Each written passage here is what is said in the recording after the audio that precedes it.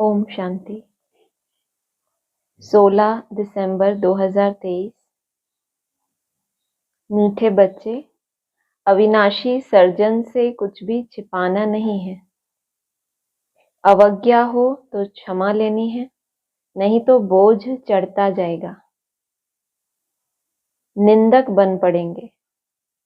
Doctor के पास इलाज कराने जाते हैं तो क्या क्या होता है? एक तो दवाई, दूसरा परहेज। परहेज माना उसकी आज्ञा।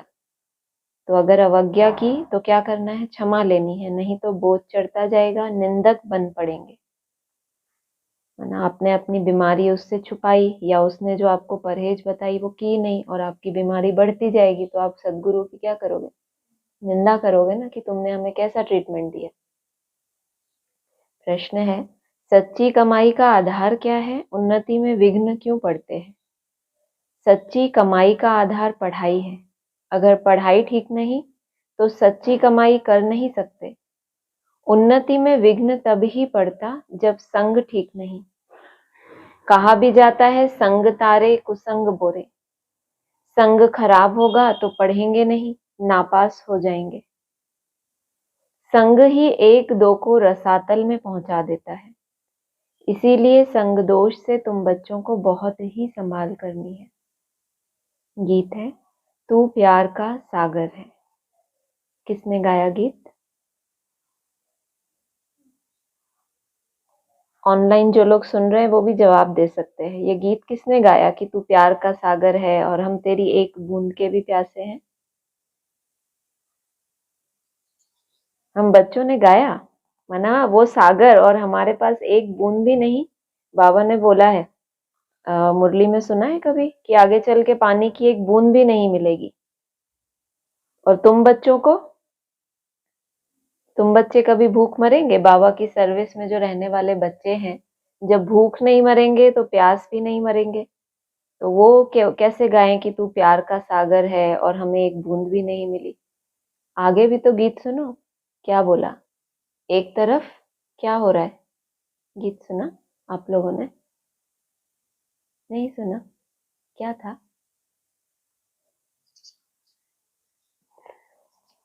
बिल्कुल बिल्कुल, गीत में आया ना कि तू ही हमें समझा कि हम कौन दिशा से आए।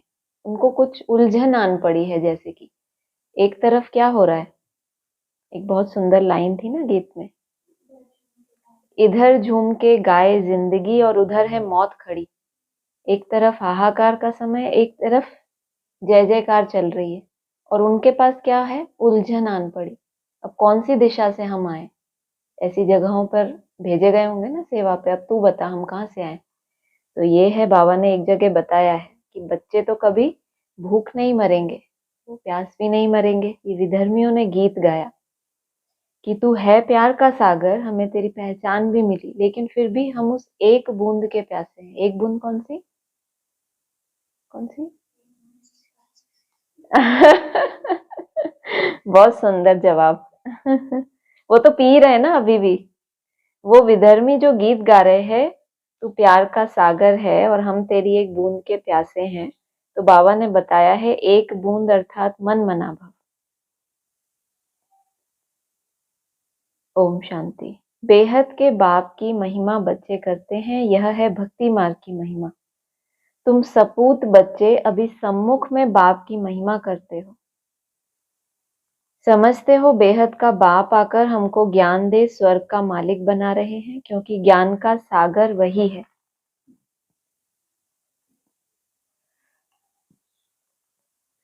गॉड में नॉलेज है, उसको कहते हैं गॉडली नॉलेज। परमपिता परमात्मा नॉलेज देने वाला है। किसको? बच्चों को। जैसे तुम्हारी मम्मा पर गॉडेज ऑफ नॉलेज नाम रखा हुआ है, तो जब वह जगत अम्बा गॉडेज ऑफ नॉलेज है, तो उनके बच्चों में भी वही नॉलेज होगी। गॉडेज ऑफ नॉलेज सरस्वती को गॉड नॉलेज देते हैं, परंतु किस द्वारा देते हैं, यह बड़ी ही समझने की बातें हैं। अच्छे अच्छे बच्चे जो मम्मा बाबा को ड्रिल कराते थे, तो बाबा ने कहा उनको भी किसने दी, ये बड़ी समझने की बातें हैं। दुनिया नहीं जानती कि जगत अम्बा कौन है। यह तो बच्चे जानते हैं। जगत अम्बा तो एक ही होगी, नाम बहुत दे दिए हैं। मनुष्य तो यह जानते नहीं कि यह प्रजापिता ब्रह्मा की मुख वंशावली सरस्वती है।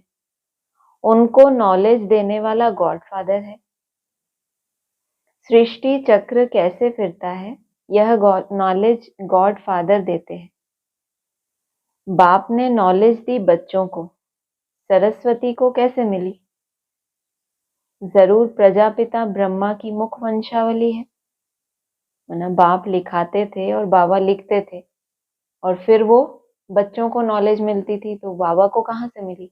तो प्रजापिता ब्रह्मा की मुख वंशावली, उसने मुख से सुना अपने बाप से या प्रजापिता ब्रह्मा से और लिखा, तो पहले ब्रह्मा बाबा को मिली। उसने इस मुख द्वारा सरस्वती को ज्ञान दिया होगा।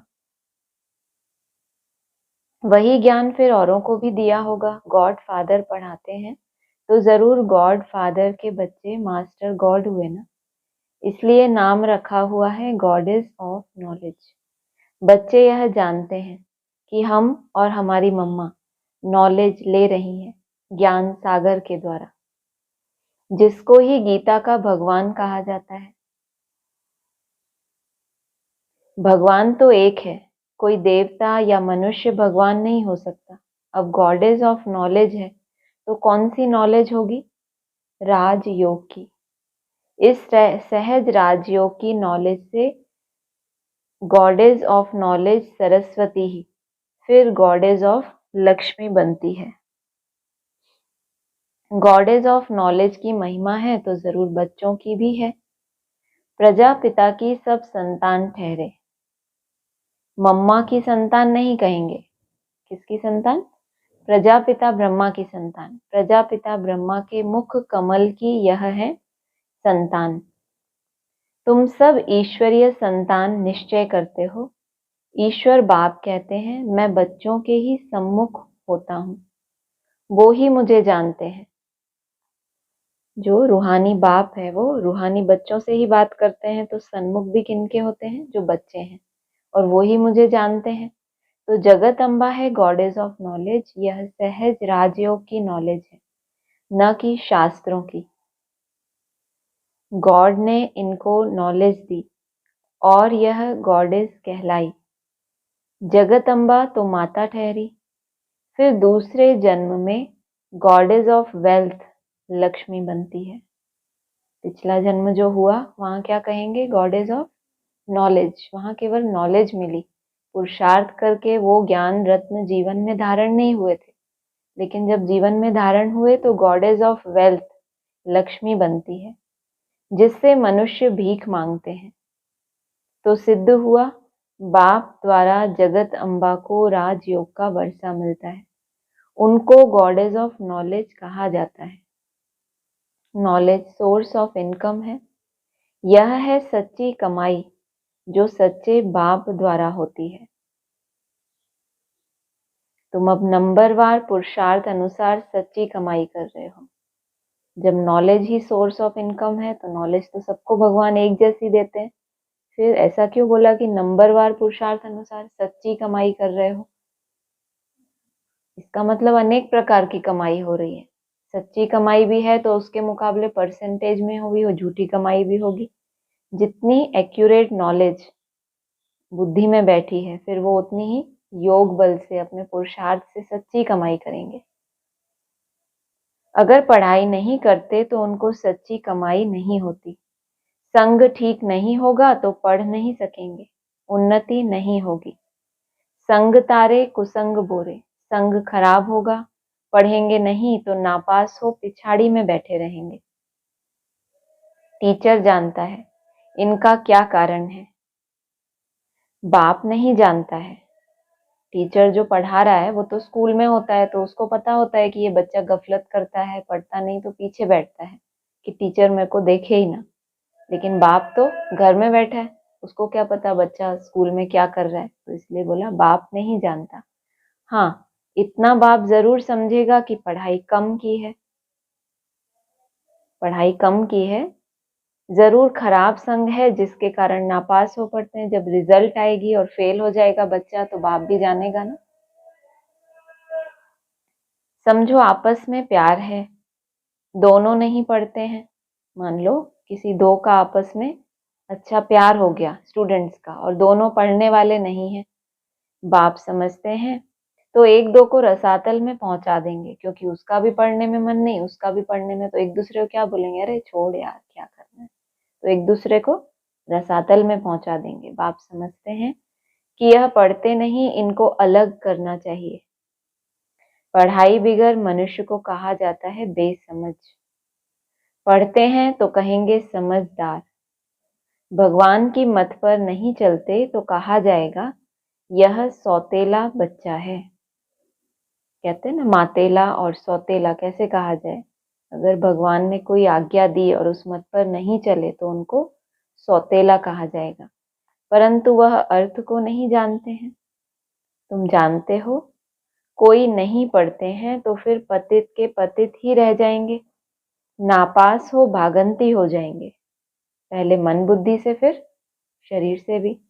बाप कहते हैं अहो रावण, तुम हमारे बच्चों को भी हप कर जाते हो, कितना शक्तिशाली हो।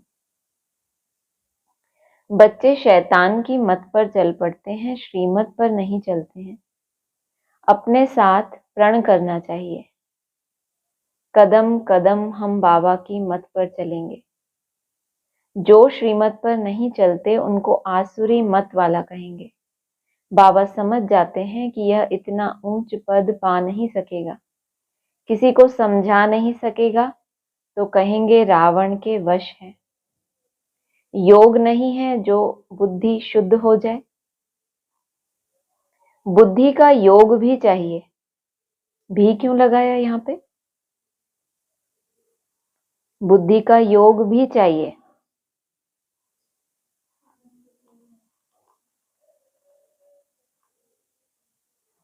बुद्धि का योग, एक हमारा योग होता है मन मना भाव, केवल मन में अच्छा अच्छा चिंतन करना, मन मना भाव, मेरा बाबा, मीठा बाबा। दूसरा है बुद्धि, माना हमारे तीसरे नेत्र को एकाग्र करना। बुद्धि का योग भी चाहिए, माना मन मना भाव तो हो रहे हैं। ईश्वरीय बच्चों की चलन बड़ी रॉयल होनी चाहिए। जमते जाम, माना जन्म लेते ही होशियार राजा तो कोई हो नहीं सकता। इस कारण बाबा कहते हैं 5 विकार रूपी रावण पर जीत पानी है श्रीमत पर। जो श्रीमत पर नहीं चलते तो बाबा कह देते हैं यह आसुरी मत पर है, फिर उसमें कोई 5% श्रीमत पर चलते, कोई 10% चलते, वह भी हिसाब है। श्रीमत में भी जितनी शुद्ध बुद्धि है उतना एक्यूरेट श्रीमत पर नहीं, तो कोई 5%, कोई 10%। तो जगत अम्बा एक ही है, जगत अम्बा है ब्रह्मा मुख वंशावली सरस्वती, यह उनका पूरा नाम है। क्या पूरा नाम है? जगदम्बा सरस्वती, ये उनका पूरा नाम है, माना दो का। सरस्वती को ही सितार देते हैं, यह है गॉडेज ऑफ नॉलेज। जरूर उनकी संतान भी होंगे, उनको भी तंबूरा होना चाहिए। उसको सितार और उनको तंबूरा, है एक ही चीज, नाम देखो। वही उसी को ही बोलते हैं जो वो नारद के हाथ में होता है ना, शायद, मुझे पक्का पता नहीं है। आप लोगों में से किसी को पता है ऑनलाइन तंबूरा किसको कहते हैं? हमारी बहनों को पता नहीं, किसी को पता नहीं तंबूरा किसको कहते हैं। मुझे ऐसा लगता है कि वो जो, हाँ हाँ, अच्छा, सितार ही होता है लेकिन छोटी साइज का, बच्चों के हाथ में छोटा सितार दिया तो उसको तंबूरा बोला। थैंक यू, यही सत्य है। अरे वाह, बहुत अच्छा। यह है गॉडेस। अच्छा अच्छा, इसीलिए मुझे समझ नहीं आया, ठीक बात।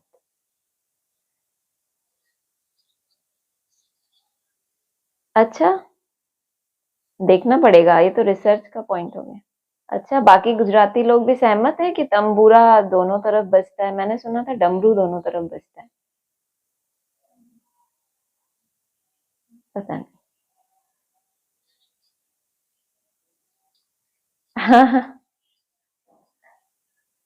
वो तो डमरू बजता है।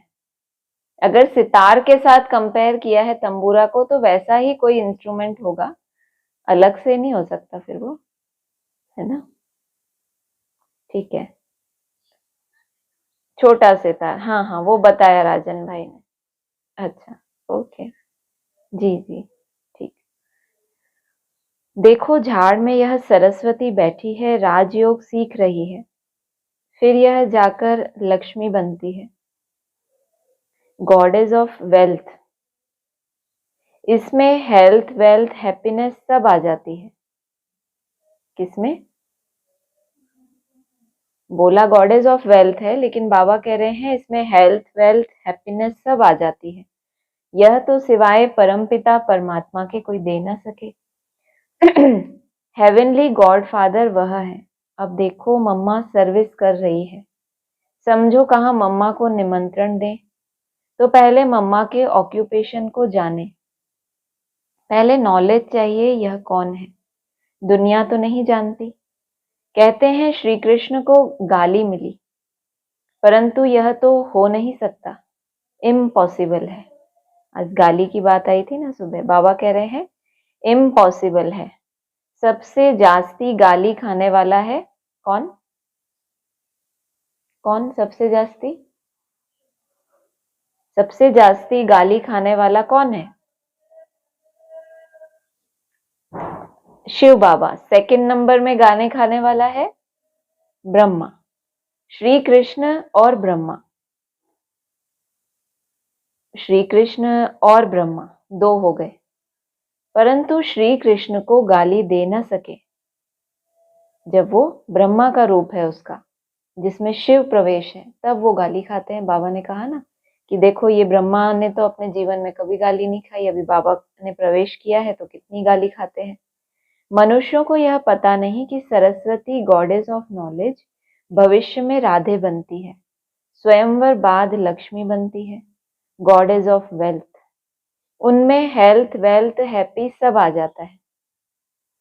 तुमको समझाने का बड़ा नशा चाहिए, मम्मा कौन है यह समझाना पड़े ना।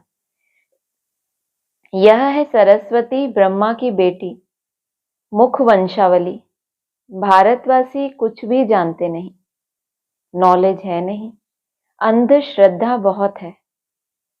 ब्लाइंड फेथ में भारतवासी बहुत हैं। पूजा किसकी करते हैं यह भी नहीं जानते। क्रिश्चियन अपने क्राइस्ट को जानते हैं।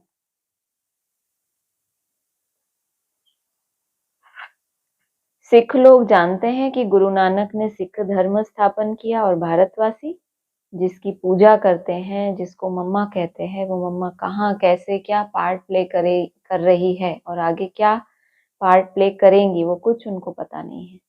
ब्लाइंड फेथ में भारतवासी बहुत हैं। पूजा किसकी करते हैं यह भी नहीं जानते। क्रिश्चियन अपने क्राइस्ट को जानते हैं। सिख लोग जानते हैं कि गुरु नानक ने सिख धर्म स्थापन किया, अपने धर्म स्थापक को जानते हैं। सिर्फ भारतवासी हिंदू नहीं जानते। अंधश्रद्धा से पूजा करते रहते हैं, ऑक्यूपेशन का कुछ भी पता नहीं, कल्प की आयु बड़ी करने से कुछ भी समझते नहीं। इस्लामी, बौद्धी आदि बाद में आए हैं, उन्हों के आगे जरूर यह देवताएं होंगे, उन्हों का भी इतना समय होगा। इतने और सब धर्मों को आधा कल्प लगता है, तो इस एक धर्म को भी आधा कल्प देना पड़े। सूर्यवंश और चंद्रवंश दोनों को मिला के कितना समय देना पड़े?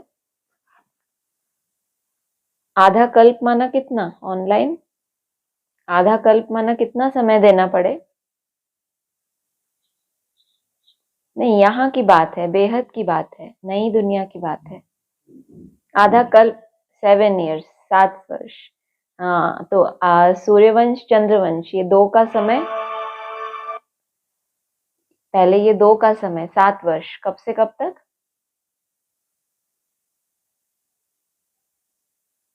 31 तक, ठीक। उसके बाद बाकी धर्मों को आधा कल्प का समय मिलेगा। लाखों वर्ष तो कह नहीं सकते, तुम जगत अम्बा के मंदिर में जाकर समझाएंगे इस गॉडेस ऑफ नॉलेज को यह नॉलेज किसने दी? ऐसे तो नहीं कहेंगे श्री कृष्ण ने जगत अम्बा को नॉलेज दी, परंतु यह भी समझा वह सकेंगे जिनकी प्रैक्टिस अच्छी है। कोई कोई को तो देह अभिमान बहुत है, कोई न कोई मित्र संबंधी आदि याद पड़ते रहते हैं। बाप कहते हैं औरों को याद करेंगे तो मेरी याद भूल जाएंगे। तुम गाते भी हो और संग तोड़ एक संग जोड़ेंगे। वह तो अब यहाँ बैठे हैं, बाबा हम आपके हैं, आपकी मत पर चलेंगे। ऐसा कोई कर्म नहीं करेंगे जिसमें नाम बदनाम हो। बहुत बच्चे ऐसे ऐसे काम करते हैं जिससे नाम बदनाम होता है। जब तक कोई समझे तब तक गाली देते रहते हैं।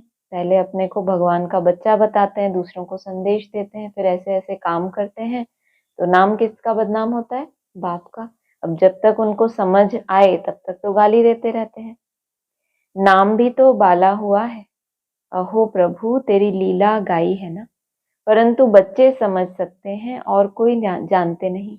बाप कहते हैं बच्चे मैं तो निष्काम सेवा करता हूँ, अपकारियों पर भी उपकार करता हूँ, भारत को ही सोने की चिड़िया बनाता हूँ।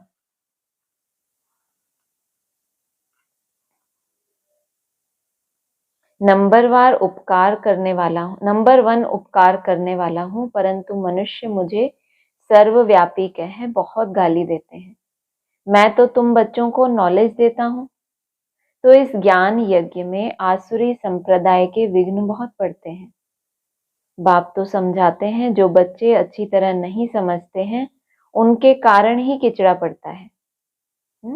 हम आसुरी संप्रदाय समझते हैं, बाहर से जो विरोधी हैं उनके विघ्न पड़ते हैं। बाबा क्या कह रहे हैं कि जो बच्चे अच्छी तरह नहीं समझते हैं उनके कारण किचड़ा पड़ता है, ग्लानि कराते हैं।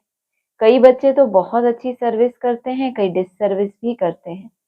एक तरफ कई कंस्ट्रक्शन करते हैं तो एक तरफ फिर डिस्ट्रक्शन भी करते हैं, क्योंकि ज्ञान नहीं है। यह सूर्यवंशी चंद्रवंशी राजधानी स्थापन हो रही है। जो पूरी रीति नहीं समझते हैं उनको समझाना है। तरस तो पड़ता है ना, बाप का बनकर और वर्षा नहीं लिया तो वह क्या काम का रहा। बाप मिला है तो पूरा पुरुषार्थ कर वर्षा लेना चाहिए, श्रीमत पर चलना चाहिए। ऐसा कर्तव्य नहीं करना है जिससे बाप की ग्लानि हो। बाप जानते हैं काम क्रोध यह महाशत्रु है। नाक कान से पकड़ते रहते हैं, गुस्सा आता है तो क्या होता है, कहते हैं ना नाक पे इसके गुस्सा चढ़ा हुआ है। यह तो होगा, उनसे पार जाना है। कोई तो नाम रूप में फंस पड़ते हैं, सब बच्चे तो एक जैसे नहीं होते। बाप फिर भी सावधान करते हैं, खबरदार रहना। ऐसे अकर्तव्य कार्य कर अगर निंदा कराएंगे तो पद भ्रष्ट हो पड़ेंगे। रुस्तम के साथ माया भी रुस्तम हो लड़ती है। बाप को याद करते करते माया का तूफान कहाँ ले जाता है। बच्चे कोई सच बताते नहीं हैं। सच किसने बताया? मुरली में बाबा ने बताया ना, अपना समाचार सुनाया ना कि कैसे कैसे बाबा को याद करता हूँ। सबसे जास्ती तूफान तो मेरे सामने आते हैं, लेकिन उस रुस्तम के सामने तूफान क्यों आते हैं? ताकि वो खुद अनुभवी बने और फिर बच्चों को भी वही शिक्षा दे। राय भी नहीं लेते कि इस तरह के तूफान आते हैं तो इनसे कैसे छूटे। अविनाशी सर्जन से कुछ भी छिपाना नहीं, अगर बताते नहीं तो और ही गंदे हो जाते हैं। ऐसे नहीं बाबा जानी जाननहार है, सब समझते हैं। नहीं, तुम जो अवज्ञा करते हो वह आकर बताओ। शिव बाबा मेरे से यह भूल हुई है, क्षमा चाहता हूँ। क्षमा नहीं लेते तो भूलें होती रहेंगी, गोया अपने सिर पर पाप चढ़ाते रहते हो। बाप तो समझाते हैं कल्प कल्पांतर के लिए अपने पद को भ्रष्ट ना करो। अगर अभी ऊंच पद नहीं बनाएंगे तो कल्प कल्पांतर ऐसा हाल होगा। यह नॉलेज है, मिलती एक बार है और प्राप्ति कल्प कल्पांतर। यही ड्रामा सिर्फ रिपीट ही होना है। यह नॉलेज है, बाबा जानता है कल पहले मौफिक राजाई स्थापन हो रही है। बाप दादा जास्ती समझ सकते हैं। यह फिर भी मुरब्बी बच्चा है। माताओं की महिमा बढ़ानी है, माताओं को आगे रखा जाता है। गोपों को समझाते हैं, उनको आगे ले आओ। गोप भी बहुत सर्विस कर सकते हैं, चित्र लेकर समझाओ। ऊंच ते ऊंच यह भगवान है, फिर है त्रिमूर्ति ब्रह्मा विष्णु शंकर। उनमें भी ऊंच कौन है, किसका नाम है? सब कहेंगे प्रजापिता ब्रह्मा, जिसके द्वारा वर्षा मिलता है।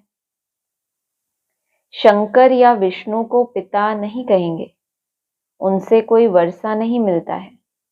उन मूर्तियों का पार्ट बाद में, पहले प्रजापिता ब्रह्मा, उन्हीं मूर्तियों ने आदि में कौन सा पार्ट प्ले किया? प्रजापिता ब्रह्मा, उनके द्वारा वर्षा मिला ज्ञान का।